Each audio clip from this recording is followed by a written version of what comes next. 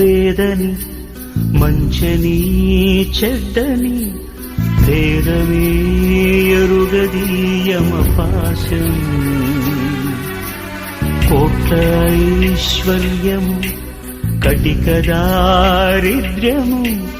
హద్దులే చెరిపెలి మరుభూమి మూటలలోని మూలధనం చేయదు నేడు సహగమనం మన వెంట కడకంట నడిచేది